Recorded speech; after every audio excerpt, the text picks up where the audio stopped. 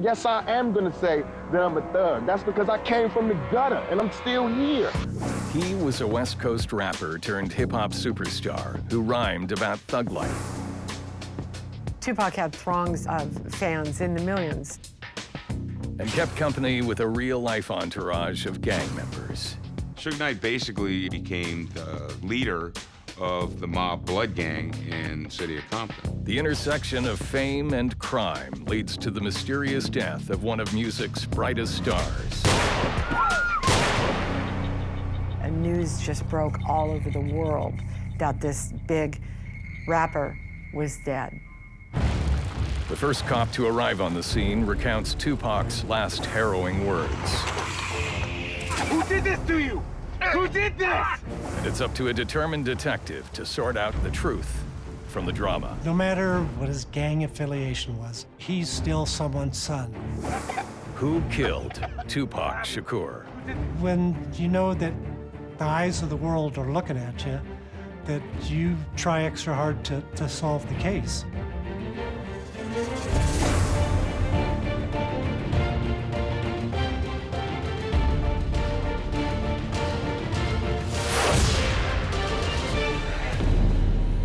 September 7th, 1996. It's Saturday night on the busy Las Vegas Strip when police get an emergency call. All units, shots fired in Koval and Flamingo. Vehicles fleeing the scene. I was a bicycle patrol sergeant for Las Vegas Metro Police. A call came out. They said that they heard gunfire at the corner of Koval and Flamingo and saw some cars speed off after the gunshots. So at that time, those vehicles are heading south.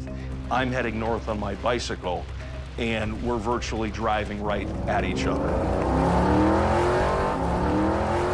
I've got a pack of cars. I don't know exactly how many, maybe somewhere between 5 to 7 cars.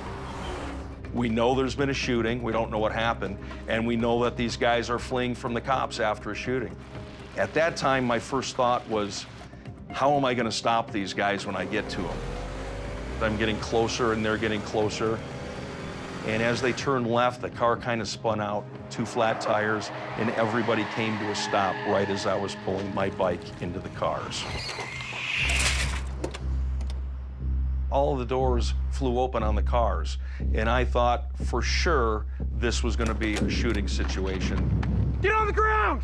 All of you now! Get back! So I pulled out my gun. There's probably about 10 guys that popped out of the cars, and I could tell right away these were hardened gang member types. Get down! I said get on the ground! Every one of you, now! Stay down! I could see in one car there was somebody who didn't come out, so I thought this is probably the shooter. This is the one guy who's not getting out of the car. So I walked towards him, I walked towards the car. As I was approaching the car, I saw this guy coming up my backside. I said get back! And this guy is huge, and he's bleeding. This guy was clearly a big threat. The wounded man is Suge Knight, a record producer and music executive. Suge Knight also had been shot in the head, and the bullet had pierced his scalp, but not his skull. Stay back now! I said stay back! No! But he's acting like nothing happened to him. He's still running around, he's screaming, he's yelling, and I pointed the gun at him. Stay back! He'd put his hands up and he'd walk backwards just a couple little shuffle steps, but then when I turned away, he'd start coming back at me again. Hey, whoa! Step back! Step back! And I'm trying to watch the guy in front of me because I'm thinking he's the shooter, and all I could see was kind of a silhouette in the car. And I was looking right at the passenger side door. I noticed there were bullet holes all in the side of that door and in the front windshield of that car. So I grabbed the car door with my left hand while I still had my gun in my right, and I was trying to pull open the door. The guy who was sitting in the seat kind of fell out with the door. I grabbed him with my left hand and kind of brought him down to the pavement. He was still alive, he was still breathing, but he had on a lot of gold jewelry, and all of the gold jewelry was covered with blood. Talk to me! Talk to me! Stay back! Back up! At that time, Suge Knight starts yelling at him, "Pack! Pack!" And he's just repeatedly yelling, "Pack! Pack!" That's when I realized, okay, this is Tupac Shakur. Officer Carroll now knows the identity of the injured man, but he still doesn't know why Tupac's been shot. What happened? What happened? Talk. His eyes were moving, and as Suge Knight was yelling at him, "Pack," I could see that he was trying to yell back to Suge Knight, and he just couldn't physically make it happen. And I could tell that he was in dire medical condition. I could see that there were multiple torso gunshot wounds, and I knew that there was a good possibility that this guy was going to die. So I asked him, who shot you? What happened? Who did this? In police work, we have something called a dying declaration, where if somebody believes that they're going to die and they are able to give you information before they do, that is admissible in court. Who did this to you? Who did this? So I was trying to get a dying declaration from him. And he's just basically kind of ignoring me. He's not even looking at me. He's looking at Suge.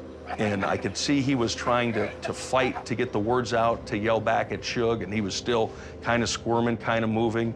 And then all of a sudden, in an instant, he changed.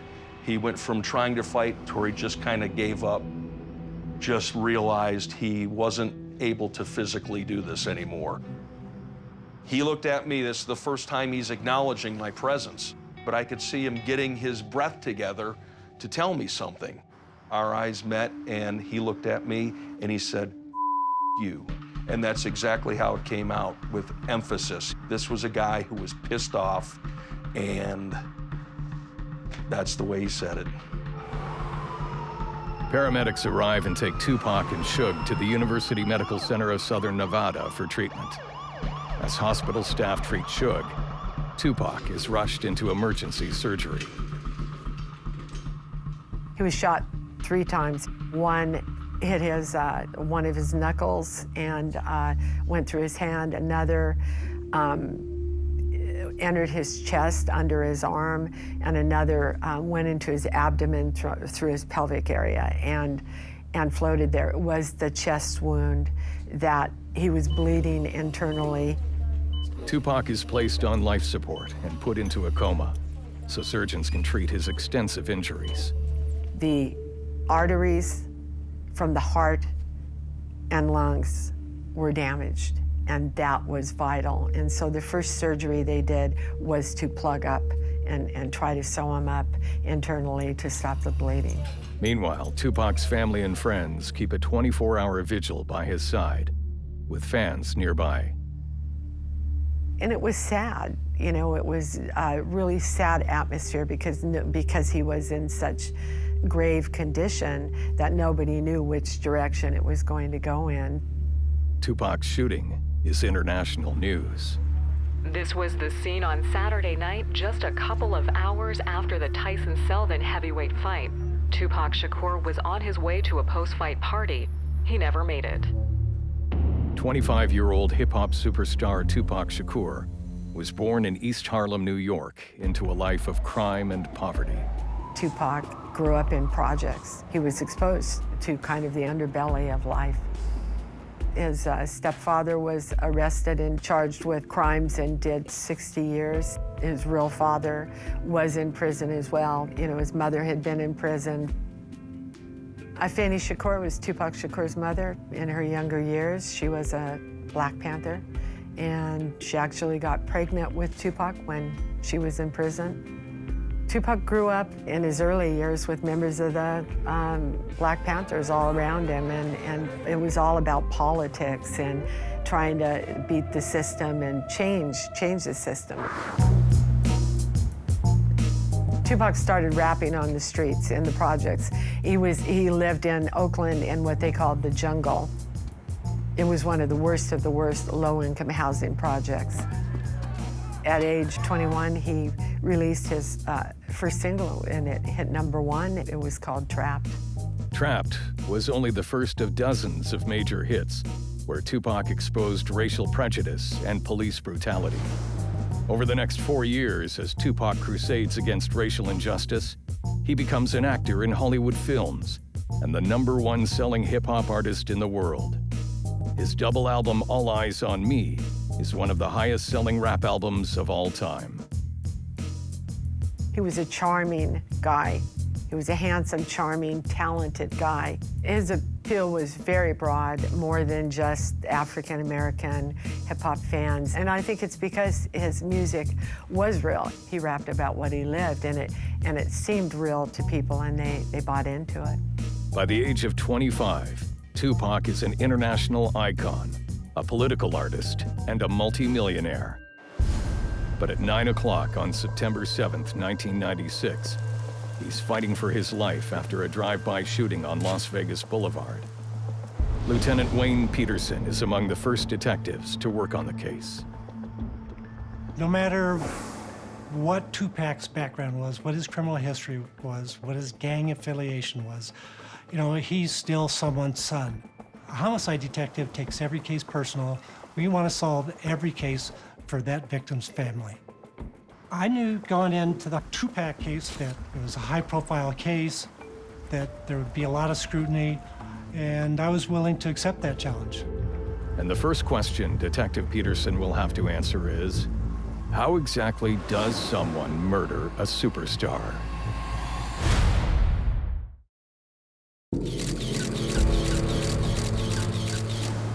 In 1996, superstar hip-hop artist Tupac Shakur is one of the best-selling musicians of all time. But on September 7th of that year, he's gunned down in the streets of Las Vegas. Tupac is sent for emergency surgery to stop internal bleeding from multiple gunshot wounds. But he remains unconscious, bleeding heavily into his chest cavity. Then there was another surgery to stop the bleeding. And the only way to do it was to spread his ribs and, cut his ribs and pull one of his lungs out as an effort to try and stop the bleeding. Las Vegas Metropolitan Homicide investigator Wayne Petersen begins to piece together what happened moments before the shooting. We knew, basically what happened. The victims were stopped at the red light at Koval and Flamingo, interacting with a carload of females next to him on the left, when this white Cadillac pulled up on the right side of Suge Knight's car. Some witnesses saw an arm coming out of the back of the Cadillac and numerous shots from the suspect vehicle. The shooter left .40 caliber shell casings in the street, bullet holes in a car door, and almost nothing else. In most drive-by shooting situations, you're lucky just to get a vehicle description. And most of the time, the evidence stays within the vehicle, in the suspect vehicle, and it flees, and so nothing's left behind. We were somewhat fortunate that the assailant had put his arm out the window when he was discharging the gun, which caused shell casings to fall onto the ground. Without the murder weapon, bullet casings are of little use to Petersen. We don't know where the weapon is, obviously. If we had a weapon, we could match the ballistic evidence we have. No one on the street saw the shooter's face or plate number, so Petersen hopes the other victim in the car, Suge Knight, can tell him more about who pulled the trigger. We asked Suge Knight to come in and talk to us, give a statement. Unfortunately, we can't make anyone cooperate. He left town back to LA, even though he had a house in Las Vegas. Las Vegas police could not nail him down and interview him. Suge Knight isn't the only witness that won't cooperate. There were up to 20 men in 9 vehicles traveling in Tupac's entourage that night. Not one of them will speak with police. With every gang-related crime, nobody wants to talk. Nobody wants to be seen cooperating with the police. It's very frustrating to know that people know what happened and won't cooperate. With no witnesses to help, homicide detective Wayne Petersen wonders if Tupac was the victim of a targeted gang hit. We found out that Suge Knight and Tupac were affiliated with the Bloods and had Blood gang members working for them, and so they had those gang ties. Tupac and Suge were shot on their way to Suge Knight's Club 662, which on a telephone keypad spells mob, or member of Bloods. As high-ranking Bloods members, both men are natural enemies of their rival gang, the Crips. Crips and Bloods are historical enemies. They fought over territory, they fight over drug control, they fight over just the fact that one wears blue and one wears red. They don't really have a whole lot of reason or rhyme to their conflict. It's just a conflict that started and never got over. Was Tupac the victim of a rival gang hit? Without witness cooperation, Petersen has no way of knowing. But even without witness testimony, something doesn't add up. Tupac was a high-value asset, obviously. Should have been Suge Knight's, main concern is keeping him safe. High-value gang members are usually well protected, especially when they travel in packs. Las Vegas police officer Chris Carroll tells Petersen that Tupac and Suge Knight were traveling with a virtual armada of support at the time of the shooting. There was an entourage, several vehicles of people who are actually bodyguards and providing security for Tupac and Suge Knight. Petersen wonders how someone could get close enough to shoot Tupac when he was surrounded by a convoy of Bloods. Perhaps the young women at the crime scene had something to do with it. There were females that were in a car next to Suge Knight's car, and they were talking back and forth.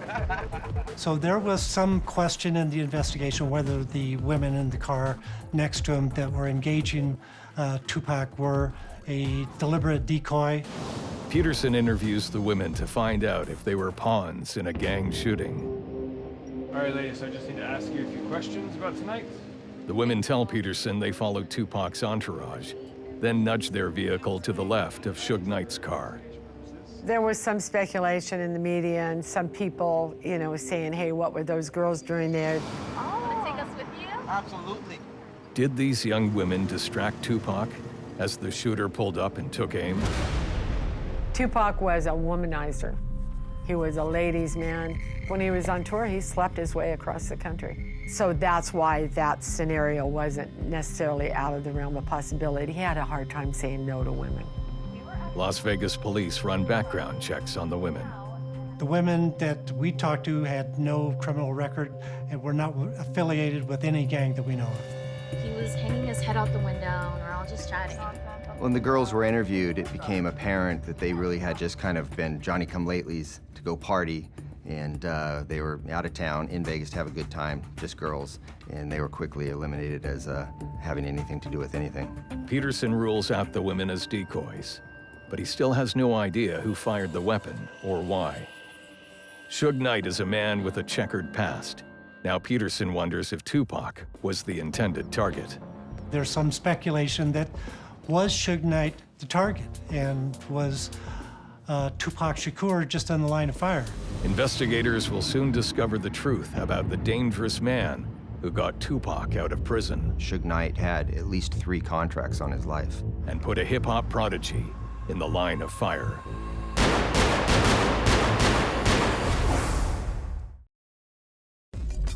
On September 7th, 1996, 25-year-old multimillionaire, racial crusader, and hip-hop sensation Tupac Shakur is on top of the world when he's gunned down in the streets of Las Vegas. 2 days after the shooting, Tupac's survival prospects are bleak. They couldn't control the blood loss.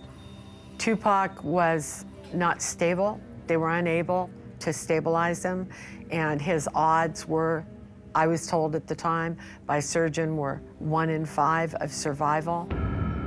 Detective Petersen still doesn't know who shot Tupac. But while ballistics experts confirm the precise trajectory of bullets through the car door, Petersen wonders if the intended target was the man seated next to him, gangster and Death Row Records executive, Suge Knight. We looked at Suge Knight being involved as a victim and a witness, and looked at his criminal record, his background, to see why, someone may have wanted to target him. A towering 6'4" and 300 pounds, Suge Knight is an iconic music industry titan who once played football for the Los Angeles Rams. And Suge Knight majored in business at UNLV, and he ended up he wanted to become an entrepreneur, and he did. In 1991, Suge creates the Death Row Records label with rapper The D.O.C. and Dr. Dre, who signs on his protege, Snoop Dogg. Knight's label helps make hip-hop the biggest money-making music genre since rock and roll. Hip-hop was not mainstream. And when Suge Knight came around, he brought it to a whole different level because all of a sudden, hip-hop was playing on pop music radio stations, and that hadn't happened before. The meteoric success of Knight's Death Row Records may not have been possible without Tupac Shakur, Knight's biggest earner. Petersen digs into Suge's past and learns that Knight rescued Tupac from a notoriously violent New York State prison. We had looked into Tupac's criminal history and found out that he had been incarcerated. In 1995, a year before he died, Tupac was convicted of first-degree sexual abuse against a 19-year-old woman. But Tupac was out partying in New York and was at a nightclub and met this girl. And then later he was in a hotel room and the girl came with him. Was in the hotel room for a couple of days. And a few days later, she claimed she'd been raped by him and then he was convicted. But he's always felt that he was set up. The judge sentences Tupac to serve a minimum of 18 months in Clinton Correctional Facility, a maximum security prison known as Little Siberia. Tupac was thrown in with a bunch of hardcore convicted killers. He could have gone to Rikers. Instead, they sent him to hardcore Clinton, and life was not good. You know, when a nice-looking kid comes in, because he was a kid at that point, he was, you know, what, 20, 22, 23 years old, they prey upon new guys who come in, and so he did not feel safe in prison, and it was a very, very hard time for him. Tupac appeals the verdict, but his appeal bond is set at a staggering $1.2 million, more than he can afford. So he remains stuck in Clinton, awaiting his hearing. While Tupac was in Clinton, he just adamantly denied it. There was word on the street that he'd been raped while he was inside Clinton. Record producer Suge Knight sees Tupac's problems as a business opportunity. Suge Knight went into the Clinton prison where Tupac was being held, and he made him an offer he couldn't refuse. Suge Knight approached him and said, "I will bail you out. I will post bond with my attorney if you would do 3 albums with us." And so that was his ticket out of Clinton. Tupac said yes. He probably would have said yes to anything. Knight's brazen move pays off, as one of Tupac's next 3 albums includes All Eyes on Me, which sells more than 9 million copies and makes Suge Knight a music industry powerhouse. Knight becomes so wealthy, he gives $30,000 Death Row Records medallions to all of his star players as a sign of their value to Death Row and Knight's Bloods gang. But extreme wealth doesn't keep Knight out of trouble.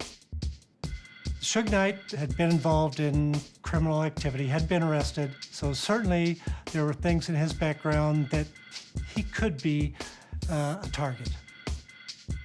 By the time of the 1996 shooting, Suge Knight's been charged with grand larceny auto, carrying a concealed weapon, battery with a deadly weapon, use of a deadly weapon to commit a crime, and attempted murder. He had anger issues and he wanted things done his way. Official records are only part of the Suge Knight story. You know, Suge Knight was from Compton. You know, certainly the detectives that deal with these gangs on a daily basis often know who all the players are. Petersen calls on homicide detective Tim Brennan. Brennan has spent 30 years fighting crime in Compton, the epicenter of the West Coast gang scene. You know, in my career, I've seen hundreds of gang-related murders. Petersen knows Brennan can help. Brennan knows Suge Knight and his enemies firsthand. I knew Suge Knight from basically him growing up in Compton while I was working the gang unit. Suge Knight, back around this time in '96, it was pretty well known in the neighborhood. He was involved in intimidation and threats and trying to get people to sign with Death Row away from other record companies. He used intimidation and the gang members around him a lot to, you know, get what he wanted. And he usually got what he wanted up to that point. He had gathered a lot of enemies over the years, and there's a lot of people that want to do a little payback on Suge Knight.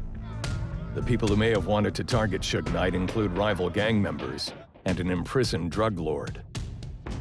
It was known to law enforcement at the time that Suge Knight had borrowed the startup money from a well-known drug trafficker who later went to federal prison. He had made a deal with this guy to, you know, pay this money back, and that this guy was supposed to share in the profits, and Suge never paid him back. Money had been fronted to Suge Knight from an imprisoned drug lord, and that there is a falling out between Suge Knight and this drug dealer. Did one of Suge's many enemies target him that night and catch Tupac in the crossfire? To a gang detective working the case that knew him and the enemies that he's made would logically assume that Suge was probably the main target of that shooting. Brennan's network of Compton informants say they don't think Suge was targeted that night. So on September 11th, Wayne Petersen asks Suge Knight himself. Marion Suge Knight came into the section after a few days after it happened and finally agreed to be interviewed, and he brought 3 attorneys with him, which was kind of indicative of the lack of cooperation detectives got in the whole case. Despite Petersen's best efforts, Suge says almost nothing. Suge Knight said in an interview that even if he knew who did it, he wouldn't tell the police because that's not his job. For Petersen, frustration sets in. It was very disappointing. When you know that the eyes of the world are looking at you, that you try extra hard to solve the case. It was an uphill battle. With Knight refusing to talk, Petersen scrambles for other evidence that suggests Knight was the target. A ballistics report on the door of Suge's BMW confirms that all the bullets were clearly aimed at Tupac's chest and leg area. Certainly where the bullets impacted the BMW on the passenger side, they're not trying to shoot through the open window and kill the driver of the vehicle, Suge Knight. They're shooting through the door to try to hit Tupac Shakur. It's clear the gunman likely targeted Tupac and hit his mark. 6 days after the attack, Tupac's heart repeatedly stops beating. Even though they were keeping him breathing, they couldn't keep his heart beating. His heart stopped beating twice, and the 3rd time it stopped beating, his mother said, don't resuscitate. Tupac Shakur was pronounced dead at 4:03 p.m. on Friday, September 13th, 1996. He was 25 years old. I was at the hospital when he died, and they were just somber. The mood was somber, and then one of Tupac's backup singers came through the door to outside from the trauma unit and just broke down on the sidewalk and the curb and sat down and just started crying. It was just sad. People couldn't believe that someone so vibrant, so charming, so alive could be here 1 minute and gone the next.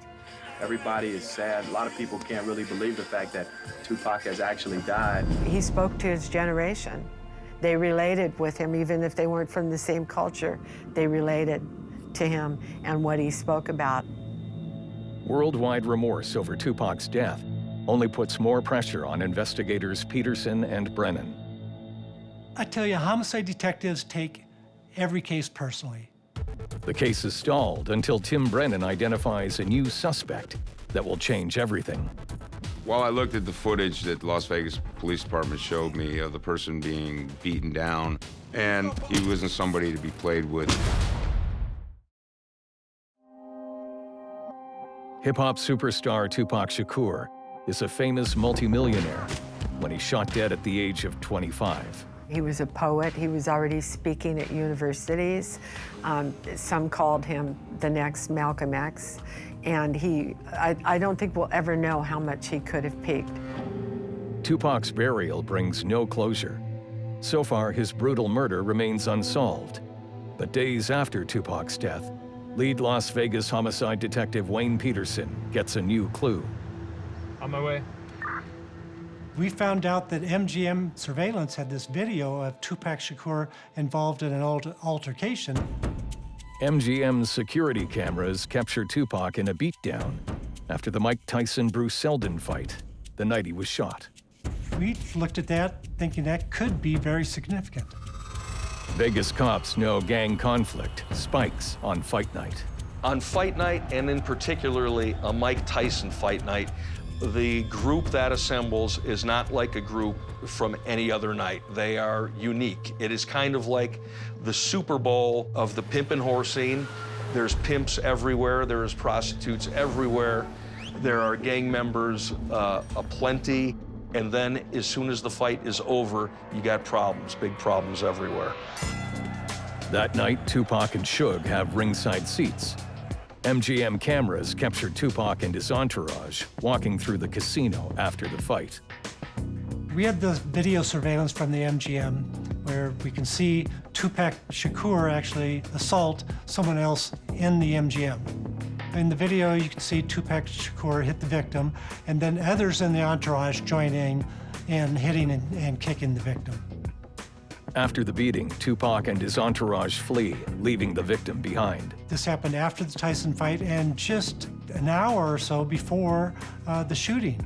So, you know, it's just logical to think, are these two events related? Was Tupac targeted for this? Was it retaliation for this confrontation? Was this the incident Tupac's entourage refused to share with police? So we had to identify this person in the video to see who he was, to see what his connection, if any, to the shooting. But at that time, we didn't know who the victim of the assault was. The victim is wearing blue, Crip's trademark color.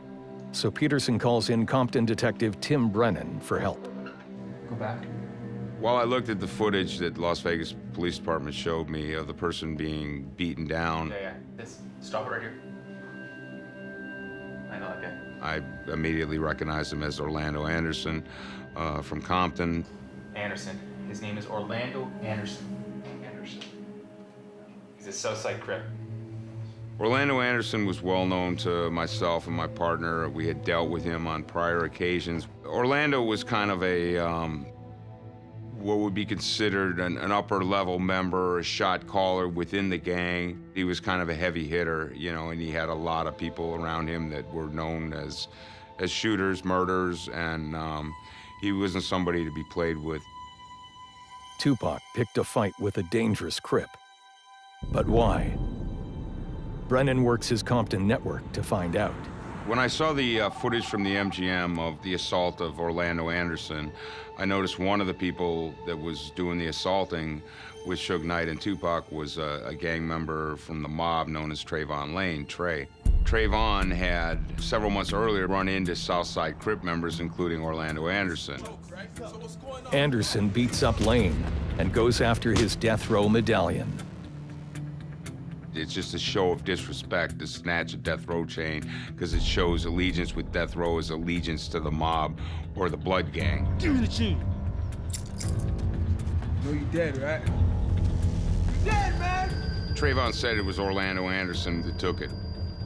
Death Row Records medallions are solid gold, diamond-studded, and worth up to $30,000. Lane wears one because he's in the Death Row Records inner sanctum, a high-level blood, and friends with Suge Knight and Tupac Shakur. Stealing Trayvon Lane's Death Row medallion is grounds for payback. When they had seen Orlando Anderson at the MGM, Trayvon whispered to Tupac, hey, that's a dude tried to take my chain from the South, right? And that Tupac had ran up on Orlando Anderson and said something to the effect, you from the South, and then came up and he hit him. Certainly it would give Tupac Shakur street credibility if he retaliated for Trayvon Lane, you know, at the MGM when they saw the person that had attacked Trayvon Lane. I don't believe he fully knew the repercussions of, you know, what's going to happen after he does this. Petersen wonders if Orlando Anderson was the killer. Orlando Anderson was in a rival gang. This beating at the MGM certainly would lead him to want to retaliate. After Tupac attacks Orlando Anderson, he leaves the casino and heads into the Vegas Strip. If Orlando Anderson was the killer, how did he find Tupac only 90 minutes later? Woo! Yeah.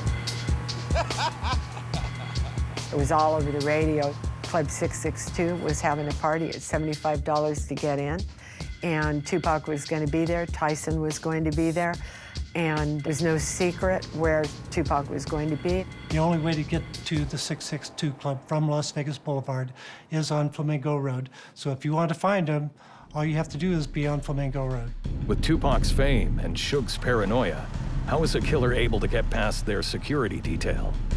Suge should have known better. He should have looked out more for him. At the age of 25, Tupac Shakur, rapper, poet, and voice of a generation, is dead. And investigator Wayne Petersen thinks rival gang member Orlando Anderson had a motive to kill him. After the heavyweight fight and the altercation that happened at the MGM, everyone knew that Tupac and Suge were going to the 662 Club on Flamingo Road. Orlando got his crew together and then just headed right over there, trying to catch these guys and give them a little payback. For Petersen, something still doesn't add up. Suge Knight and Tupac had a security convoy with them at the time of the shooting. We knew that there was a long line of cars in this entourage following Suge Knight and Tupac Shakur. How did the shooter break through Tupac's security? The women that we interviewed and other people at the scene gave us that information of how the entourage was traveling down Flamingo Road. There was other cars, but they're all like kind of behind. Yeah, it was like a trail of cars. All the vehicles in the entourage were behind their vehicle. So when the shooting happened, there was no one in front, no one on the side protecting him. Yeah! I've done dignitary protection, and that is not how you keep an asset safe. After it was known within his own security detail that he had been in a fight earlier that night, much more effort should have been taken to protect him. Suddenly, all the evidence points to rival gang member Orlando Anderson. There are three things that cops, investigators look at when it comes to murder: opportunity, motive, and means. Orlando had all three. Petersen finally has a complete picture of what happened the night Tupac was killed. After the brawl at the MGM Grand, Tupac and Suge head to Club 662, where Tupac is scheduled to perform. Tupac's getting out, rapping his songs through the sunroof. Yeah. Completely vulnerable after a beatdown of a rival Crips member. I think he just got in over his head and didn't understand that Orlando Anderson was of the status that, you don't just beat this guy down and expect he's gonna lay down and take it. He's gonna go right back at you. These guys think they're invincible, they're gonna live forever, and they're untouchable. They're living for the day. They're young guys, and, they're probably smoking a little weed and drinking and partying. So they're probably not thinking too much about their security. Tupac should not have been exposed and next to the door of a vehicle. He should have had close protection agents immediately on both sides of him. Investigators believe Anderson's car moves into the right of Tupac's car and waits for his moment to take revenge.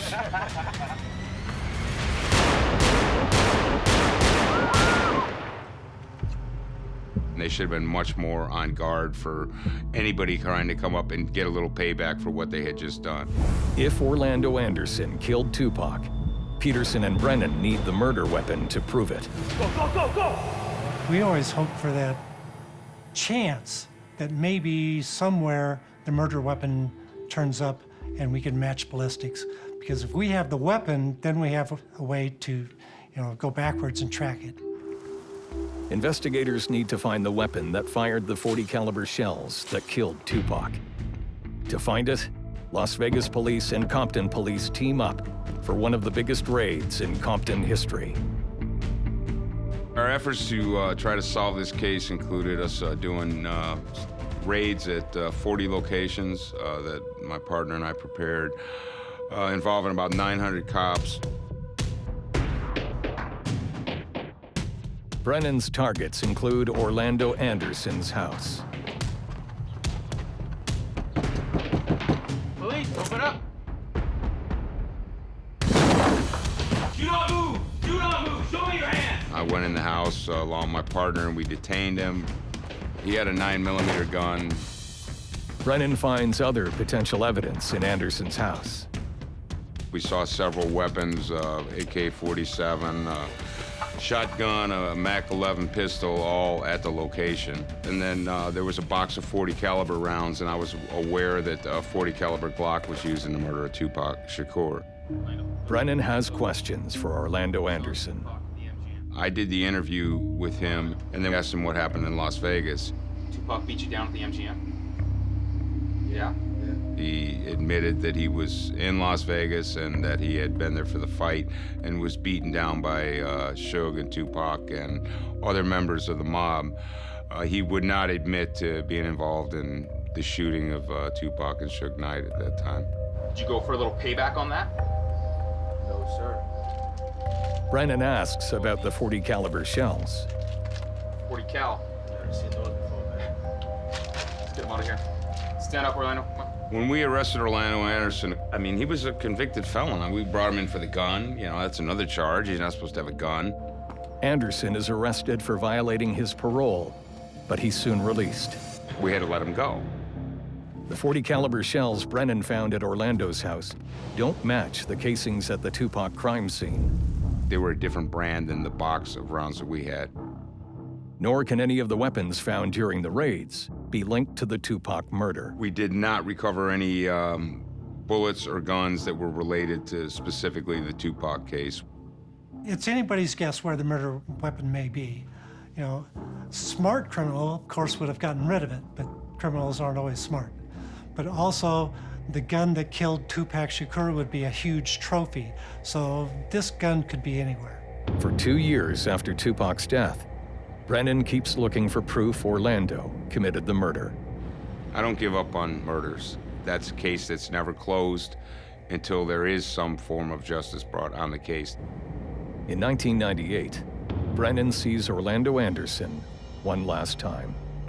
About 2 years after this murder of Tupac, my partner and I were coming out of the back lot of the Compton police station, and we heard a barrage of gunshots going off.